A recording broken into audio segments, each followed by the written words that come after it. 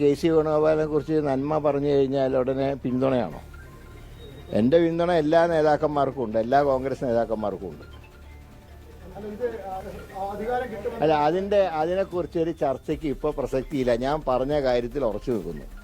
4-ാം തീയതി വൈകുന്നേരം 4 മണിയാകുമ്പോൾ ക്ലിയർ പിക്ചർ വരും.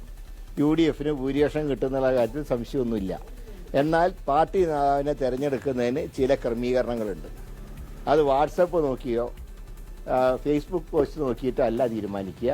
MLA-മാരുടെ യോഗം ഹൈക്കമാൻഡ് വിളിക്കും. ഓരോ MLA-മാരുടെ അഭിപ്രായങ്ങൾ ചോദിക്കും. അതനുസരിച്ച് ഹൈക്കമാൻഡ് തീരുമാനമെടുക്കും. അതിൽ കൂടുതലായിട്ടൊന്നും സംഭവിക്കില്ല. 4-ാം തീയതി കഴിഞ്ഞാൽ ഹൈക്കമാൻഡ് പ്രതിനിധികളുടെ മുമ്പിൽ അഭിപ്രായം പറയാമല്ലോ. പറയാൻ യോഗ്യത ജനങ്ങൾ നൽകിയവർക്ക് അഭിപ്രായം പറയാം. അപ്പോൾ അതുവരെ കാത്തിരിക്കുക. അതിന് പകരം ചില ആളുകളെ മാത്രം സപ്പോർട്ട് ചെയ്യുന്ന രീതി ശരിയല്ല.